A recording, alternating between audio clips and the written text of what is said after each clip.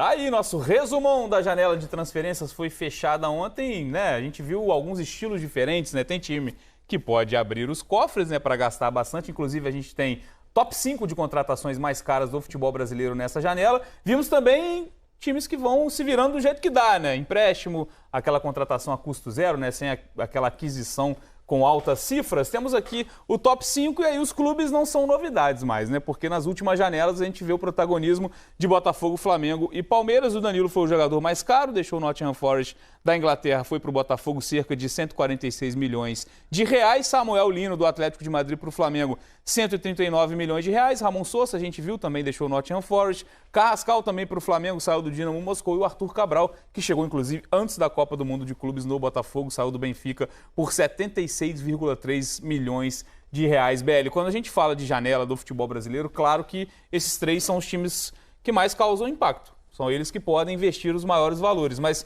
te chama a atenção alguém também fora dessa curva, fora desses ricos do futebol brasileiro? Ou não tem jeito? São esses times que mudam o patamar a cada janela? Eu acho que a gente vai ter que focar nesses três times, né? É muito difícil você sair, porque desses três times, a partir do momento que você tem bala na agulha, a partir do momento que você tem dinheiro, fica muito mais fácil você barganhar esses atletas, né? É natural, assim, quem tem joga, sabe? Eles têm e eles estão jogando justamente com a grana que tem à sua disposição. Claro que dentro de cada equipe você tem uma ideia de futebol diferente. Por exemplo, o Botafogo. O Botafogo foi um time que no meio do ano passado também fez grandes investimentos, né? Abriu mão de boa parte do início desse ano, abriu mão de Campeonato Carioca, abriu mão de Recopa, né? Abriu mão de Supercopa, para começar efetivamente a se reerguer ou se reforçar com um pouco mais de vontade agora nessa janela de meio de ano, bem como foi no meio do ano passado, né? Se a gente se teletransportar para o meio de 2024, a gente vai ver uma ideia parecida, que é mais ou menos a forma que o John Textor entende como esse clube deve ser gerido. E lá foram tacadas certeiras, né? Tacadas certeiras, coisa que a gente ainda não viu no Botafogo de 2025. Bem verdade que o Danilo é uma baita de uma contratação, mas o Botafogo de 2025 sofreu um desmanche também, né? Comparando aí a espinha dorsal de 24 para 25. Flamengo. Bom, o Flamengo é um time que tem muito poder aquisitivo, é um time que tem, inclusive, assim, vou destacar, todos vindos da Europa, né? Todos vindo, e dos três, do top 5 ali, 3 times que participaram da Copa do Mundo de Clubes. Então isso também acho que entra nessa conta. Mas o Flamengo é um time que tem esse poder de persuasão, de tirar jogadores, não necessariamente desses principais mercados, assim, de grandes mercados europeus. Talvez não dos times de primeiríssima prateleira, mas o Atlético de Madrid está ali sempre no top 3 da Liga Espanhola, por exemplo, é o caso do Samuel Lino. E no caso do Palmeiras também foi um Palmeiras que fez uma grande reformulação. Então a gente está vendo aí 3 times, claro, cada um dentro da sua ideia, cada um dentro da sua filosofia de investimento, e os 3 times investindo demais. E isso acaba, claro, não é demérito não, eles têm dinheiro, eles fazem essa roda girar. Isso é muito mérito das gestões que ali estão, né, por trás dos clubes. Mas não tem como não destacar esses 3. Assim, por mais que os outros tentem ser criativos, porque é uma exigência também de quem não tem um poder de barganha muito grande, você pensar um pouco fora da caixa, ver as oportunidades de mercado, mapear muito bem quem pode vir e quem pode ir embora, é muito mais difícil de você competir com esses 3 aí. E se a gente fosse fazer um top 6, né, teria mais um representante do Palmeiras. O 6º colocado é o Andrés Pereira, que chegou por último nessa janela, custou ali cerca de 63 milhões de reais e também vem da Premier League, né? Também tem esse destaque de ser um jogador que sai da Inglaterra, acho que a principal liga nacional do mundo, né? Vamos ver se o Richarlison tá com o coração mais tranquilo para o assunto empolga um pouco mais, porque eu quero saber, se tu pudesse fazer um top 3, assim, as mais acertadas contratações, quem seriam esses jogadores? De última hora, assim, logo? E tem dos dois tipos, né? Porque, por exemplo, a gente está vendo o Arthur Cabral, que já estava à disposição na Copa do Mundo de Clubes. Mas se a gente falar do Andrés, ele nem estreou. Então tem um pouco dessas duas coisas. Tem jogador que a gente já viu, o Samuel Lino, por exemplo, já teve um impacto no Flamengo. E dentro do Flamengo mesmo, o Carrascal teve poucos minutos, né? Então... Na minha opinião, eu vou colocar, do jeito que eu gosto, o Jorginho. Para mim foi uma contratação absurda, o que ele melhorou esse meio campo do Flamengo. Eu gostei da contratação do Danilo, apesar de eu achar muito caro, muito caro.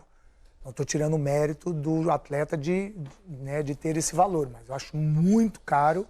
Só que aí é o que a Beli falou, para o Botafogo é diferente, O Botafogo investe, mas daqui a pouco ele também faz a moeda de troca. Então ele traz um valor alto para vender e vende e vai trocando. Por isso que tem essa dificuldade de manter uma espinha dorsal, algo que o torcedor do Botafogo conheça o time há 2, 3 anos jogando junto. O que o Palmeiras tinha. Nesse ano o Palmeiras está fazendo algo diferente do que ele fazia antigamente, né? Que era manter uma espinha dorsal, apostava muito na base, trazer jogadores jovens. Hoje não. Hoje o Palmeiras já trouxe Vitor Roque, Sousa, o Torres, Felipe Anderson. Se contar a janela do começo do ano, dá para montar um time só com jogadores que foram contratados esse ano. É diferente. Um bom time. Sim. Um bom time, diferente do que o Palmeiras fazia antigamente. Agora, o Flamengo não tem como, né? Aí você pediu o top 3, então eu vou de Jorginho, Danilo. E, na minha opinião, eu gosto do Samuel Lino, mas eu acho que ele precisa mostrar mais, apesar de já estar na seleção brasileira. Mas a aquisição do Montoro para o Botafogo também, para mim, foi uma tacada absurda pela idade. 18 anos, colocou a camisa do Botafogo. Essa oscilação ela vai existir pela idade, mas o que ele faz quando ele está bem é algo fora da casinha. Mais um argentino por uma infelicidade nossa. É um jogador muito promissor que também entra no top 10, né? Absurdo, absurdo de talento. No nosso resumão. Concorda? Vou pedir o top 3 para você. Acho que é por aí. Assim, talvez eu tirasse o Montoro e colocasse o Samuel Lino. Assim, a única dúvida seria essa, acho que pela regularidade que apresentou o Samuel Lino, já roubando a posição, já colocando a bola debaixo do braço e assumindo a titularidade absoluta do Flamengo, me pareceu um jogador talvez mais regular, acho que até por ser um pouco mais maduro do que o Montoro, né? Acho que tem isso também, a questão física. Algumas coisas corrobora para isso. Primeiro, ele entra num time totalmente pronto. Sim. Né, no momento absurdo da temporada. Isso facilita para o jogador. Ele ainda não tem tantos jogos que nem o Montoro. E o Montoro vive uma dificuldade que ele não enfrentou no Botafogo, que é esse momento de oscilação. Sim. Então, pela idade do Montoro, é normal um jogador oscilar. Mas eu tô com você, eu acho que ele encaixou. Nem parece que ele chegou agora. Quantos jogos tem o Samuel Lino? Nem 10. Chegou há pouco tempo. Vamos conferir. Aqui. Acho que tem 10 jogos. Se tiver 10 com a camisa do Flamengo, acho que é muito. Acho que não chegou a 10, não. Só que já encaixou, já tá na seleção brasileira, não por aquilo que ele apresentou no Flamengo. E ele já vinha sendo monitorado. Aí, pronto. Ele já vinha sendo monitorado antes pelo O Montoro tem também. quantos? O Montoro tem um pouquinho a mais, uns 17. Por favor. Vai passar um... Não te complicando, já te complicando. Pelo aquilo que ele fez no Atlético de Madrid, de tanto enfrentar o Ancelotti, né? Real Madrid e Atlético de Madrid. Então, não que ele não mereça. E eu acho que vale destaque, né? O Montoro tem 16 jogos. Isso. É um pouco pouquinho a mais. Mais tempo também. Vivendo, né, uma temporada... Se tem uma coisa que o Botafogo não tá, é pronto, né? Em momento algum da temporada, porque muda. Eu acho que o ponto que a Belly tocou é importante também, né, Rick? Um jogador sair do Atlético de Madrid, por mais que não fosse um titular incontestável, ele já foi usado como titular em jogos grandes pelo Simeone. Sair do Atlético de Madrid para jogar no Flamengo mostra também até o tamanho da liga como um todo, do campeonato brasileiro, né? De ser também uma possibilidade, porque o Samuel Lino é o exemplo mais recente e mais claro. Ele veio para cá, foi bem no Flamengo, claro que são poucos jogos, mas já foi para a seleção Tinha mercado, né, na Europa. Não é um jogador que estava sem mercado. O caminho muitas vezes era o contrário. A gente vai para as principais ligas para aparecer para a seleção. Tem gente que faz o caminho inverso. E o Samuel Lino é um exemplo disso. A Belly me convenceu. Eu nem tentei, mas... Eu mudei. Não, a Belly. Sabe por quê? Ele não quer me dar moral. Eu lembrei de um detalhe que para mim é importante para esse tipo de jogador. A personalidade. Vale lembrar que Samuel Lino errou um pênalti importante e foi eliminado o Flamengo na Copa do Brasil para o Atlético. E isso não abalou. Poderia ter desandado. Exatamente. Né? No próximo jogo ele jogou o fino da bola e continuou o que ele tem feito. Então, isso para mim também é muito positivo para um jogador, né? Ele sabe da importância que era essa classificação, errou, porque pênalti não é loteria, mas é treinamento, mas acontece, só erra quem está lá. E mesmo assim ele não deixou se abater, pelo contrário, ele continuou aquilo que ele tem como meta dentro do Flamengo, com a camisa do Flamengo, e deu continuidade no trabalho dele como se nada tivesse acontecido. Isso para mim tem que ser louvável, isso para mim tem que ser pontuado. Então, tá comigo? Tira o Montoro e põe o Samuel Lino. Tá fechado? Bem, mas agora eu tenho outro desafio também. Fora os milionários, os ricos, o nosso resumão que a gente viu ali. Os times que, né, é isso, contratação sem custos, e sem custos, quando a gente fala, é que não tem, né, que pagar para algum clube. Um jogador que estava sem contrato, claro, tem custo de luvas, custo de salário e por empréstimo também. A gente viu alguns times aí, né, Richarlison? Mas eu tô pensando situação agora que você me complicada. pegou, hein? O próprio São Paulo, a gente destacou, né, que tinha essa possibilidade de ter o Marcos Leonardo, mas teve uma janela bem mais modesta por conta das questões financeiras, né? O São Paulo com muitos problemas por lesão, buscando atacantes, e acabou fechando com um velho conhecido que é o Rigoni. Já tinha contratado o Tapia, também Crespo Rafael que Tolói quis, para o né? sistema defensivo. O Crespo que pediu, né, a contratação do Rigoni, porque na passagem dele pelo São Paulo eles trabalharam juntos. Tem o Vitinho no Corinthians, vem sem custos também. Eu tô tentando, pode ser. Grêmio com Arthur, o William, Então. que o Bid deu um spoiler, né? Bid deu spoiler. Valeu, antes CBF! do clube anunciar. Valeu, Eu vou dizer que eu não sei CBF. até agora se o Grêmio vamos já atualizar, anunciou. inclusive. Aqui, ó, pra atualizar. CBF. Mas já animou a torcida Troféu. pelo nome, pelo... Não, a pelo que o torcida William pode vendo ele entregar. ali com a camisa do Grêmio já comemora, né? Cara, pode destacar o Atlético Mineiro? Porque eu acho que o Atlético Mineiro, ele fez algumas contratações interessantes, só que muito por conta do trabalho que vinha sendo feito, né, sob o comando do Cuca, não estava organizado aquele Atlético Mineiro. Eu olho o Atlético Mineiro hoje com bons jogadores, individualmente falando, mas com um coletivo que peca. E eu, de certa forma, achei que algumas contratações do Galo, e aí vou destacar aqui o Alexander, que eu acho que é um jogador que pode agregar muito a esse elenco do Vasco. Do Galo, perdão. É um jogador que eu acho que pode agregar muito. O Renier também chegou e já deu assistência em jogo importante, né? Jogo de Sul-Americana. Eu acho que são dois nomes ali que podem, de certa forma, ajudar a equipe do Atlético Mineiro nessa reta final, porque é aquilo, é muito complicado você atuar em três frentes de forma simultânea, né? Então, você tendo, eventualmente, a Sul-Americana, você tem um Brasileirão, que o Atlético Mineiro não tá bem, o Atlético Mineiro tá abaixo, mas o Atlético Mineiro tem jogadores interessantes que podem fazer dessas individualidades um coletivo mais forte. A grande questão é como vai ser feito o trabalho daqui para frente, mas eu acho que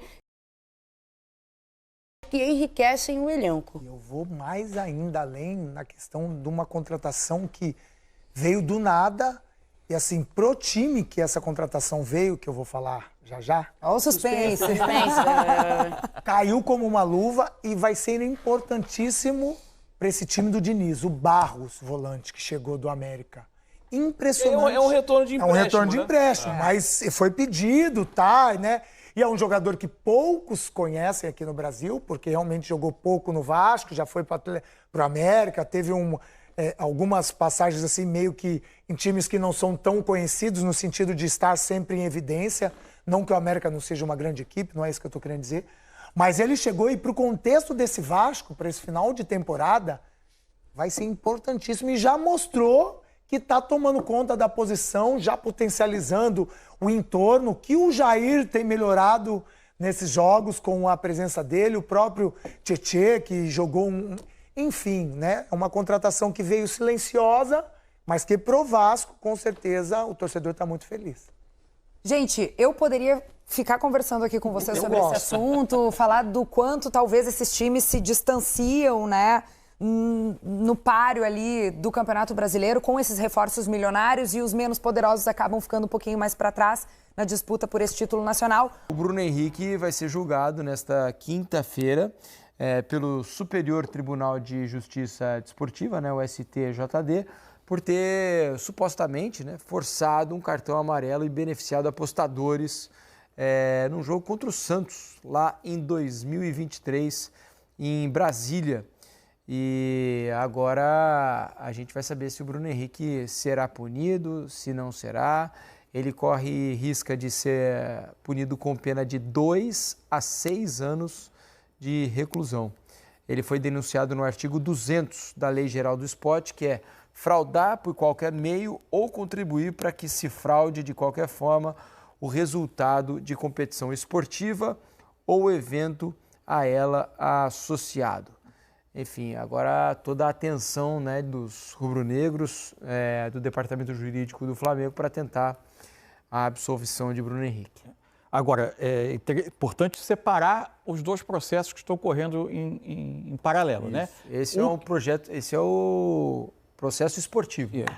A pena, porque pode ser de reclusão e outras questões, é da justiça comum. Esse é um processo que tinha sido arquivado pelo STJD logo após, após as primeiras suspeitas de manipulação, de compartilhamento de informação, e a partir das denúncias, dos alertas dados pelos sites de aposta por movimento anormal em relação ao cartão do Bruno Henrique, que a partir daí as entidades esportivas são avisadas. E aí, só que como a justiça esportiva ela tem limitado poder, por exemplo, de investigação, tais como sigilo telefônico, busca e apreensão, não são mecanismos que estão ao alcance da justiça esportiva, fica difícil comprovar, por falta de prova, o processo foi arquivado. E desarquivado quando, após a divulgação do resultado do inquérito da Polícia Federal, surgem novos elementos e aí o STJD reabre esse inquérito e aí a gente vai ver se, com base no que o inquérito traz, se os auditores vão entender que está comprovada que houve a manipulação, se as conversas dele com o irmão que estão ali são suficientes para comprovar que houve a manipulação. E aí há vários artigos do Código de Justiça Desportiva indiciado nesse processo esportivo. Só para dizer, né, Mansur, eu falei ali da punição em termos da justiça comum. Isso. No âmbito esportivo, tempo de suspensão e jogos. Ele pode pegar até 2 anos de suspensão. Isso. Né? Tá aí, meus amigos, o Flamengo que agora, né, vai ficar aí 2 semanas praticamente livres para poder recuperar jogadores e se preparar para o confronto que vai acontecer somente no dia 14, galera. Exatamente, o jogo contra o Juventude, lá no Sul, tá? Então o Flamengo vai ter tempo suficiente para preparar o time para este confronto do Campeonato Brasileiro. Meus amigos, bastante tempo aí sem Flamengo, né? Mas, logicamente, que os bastidores do Mengão estarão funcionando normalmente. Os treinos, a recuperação dos atletas, inclusive, né, de olho aí no Eric Pulgar, que está para voltar, e todos os outros atletas também ali, né, que estão entrando em forma, como, por exemplo, o Carrascal, que terá aí um bom tempo para, de uma vez por todas, né, ser introduzido nesse time do Flamengo com o técnico Felipe Luiz. Vou deixar aqui os créditos para o canal do Sport TV. O link dele se encontra na descrição do vídeo como forma de crédito. Vou pedir a você que não é inscrito para se inscrever no canal, ativar o sino e deixar o like. Daqui a pouco eu volto e trago mais novidades para vocês. Afinal de contas, isso aqui é a nossa paixão. Isso aqui é o nosso amor. Fui, nação!